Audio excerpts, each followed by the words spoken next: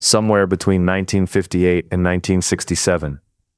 A circle with 3 strokes turns into the decade's fastest piece of handwriting. You see it on a paper button, black ink bleeding into cheap cardstock, and the real reason it takes over has less to do with flower power than most people think. Act 1, setup, start in 1967. Color television is still patchy, but photo magazines are everywhere. The Vietnam War fills CBS evening news broadcasts. Draft, calls, climb, and campus bulletin boards smell like wet paste and mimeograph fluid. A symbol that can cross a room matters. In San Francisco, the Human Be-In happens in Golden Gate Park that January. In New York, anti-war organizers stack leaflets for spring marches. On radios you hear Jefferson Airplane, the Beatles, Otis Redding. The draft board keeps working. Stakes are suddenly personal. Here is the quiet problem the peace sign solves. Speeches take time. Position papers ask patience. A march needs something faster. One mark on denim, poster board, or a pinback button lets strangers recognize each other before a single word is said.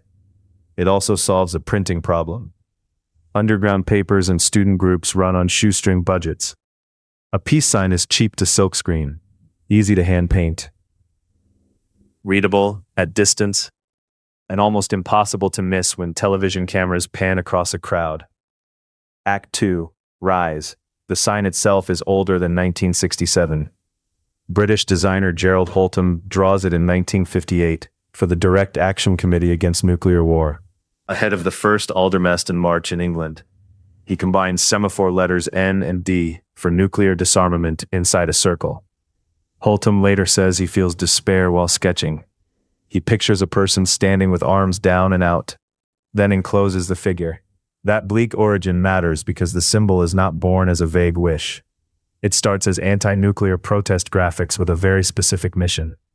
The mark reaches the United States through activists, pacifist networks, and print culture in the late 1950s and early 1960s. The Committee for Nonviolent Action uses it. So do Ban the Bomb groups. For a while it remains political shorthand, not mass decoration. Then Vietnam changes the scale. By 1965, the Students for a Democratic Society march in Washington. In 1966 and 1967, anti-war demonstrations multiply on campuses from Berkeley to Columbia. Organizers need a symbol people can draw from memory while standing on a sidewalk curb. Buttons help. So do head shops. By 1967, small manufacturers are stamping peace sign jewelry, patches, and pinbacks in huge numbers. In Haight-Ashbury, the symbol moves from protest leaflet to shop window. Once it becomes wearable, it stops needing explanation. Magazines and newspapers accelerate everything. Photos from rallies show the sign on banners and jacket backs. Wire services carry the image nationally. A teenager in Des Moines can see the same mark that appeared at Sproul Plaza or outside the Pentagon and copy it with a felt-tip pen. The exact peak moment comes in 1967 because 2 streams finally merge. Anti-war activism is surging, and the counterculture is becoming visible enough for national media to package it. The peace sign sits right where those streams meet. Tuck that clue away. Look at the Summer of Love coverage. Reporters descend on Haight-Ashbury in June and July 1967, turning a neighborhood into a broadcast set. Beads, posters, bell sleeves, and peace emblems appear together in photo spreads. A protest symbol suddenly reads as used style. Then October lands.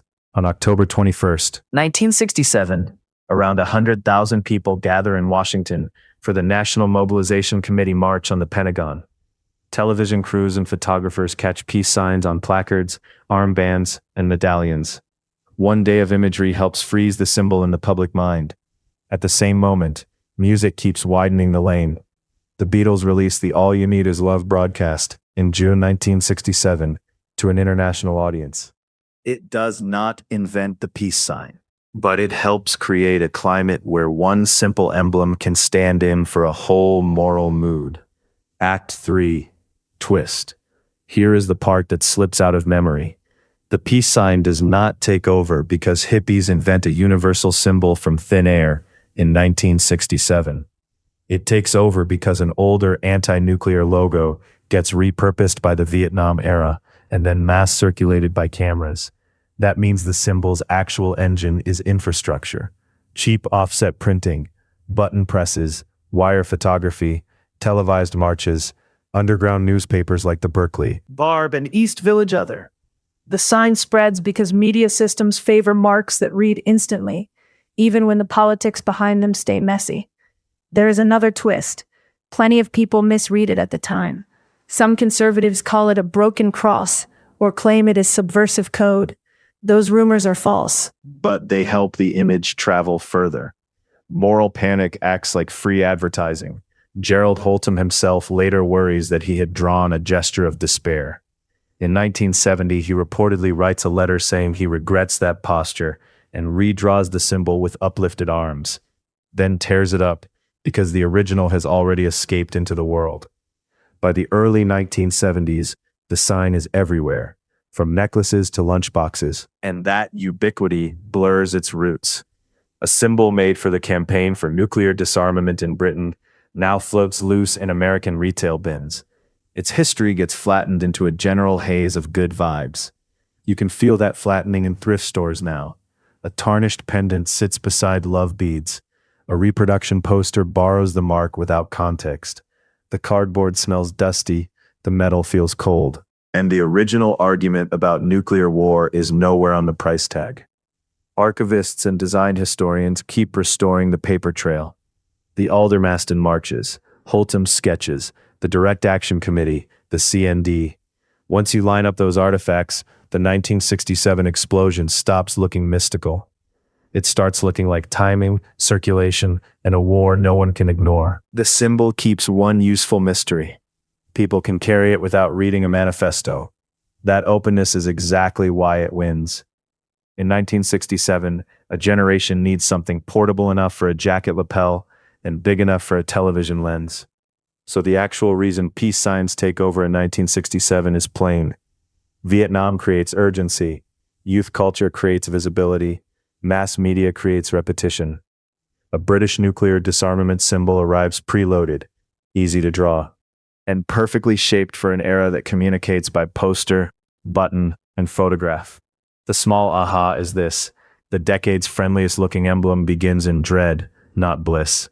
You are seeing semaphore for N and D. You are seeing Gerald Holtom's lonely little figure. Then 1967 grabs that mark and teaches the whole world a shorter way to say stop. That is what the peace sign tells us about the late 1960s. People are trying to compress fear, hope, and protest into something that can survive a camera flash in a crowded street. The object is simple. The pressure behind it is anything but. Lock that memory in the vault, and I'll see you in the next case. Which one of these had you forgotten until just now?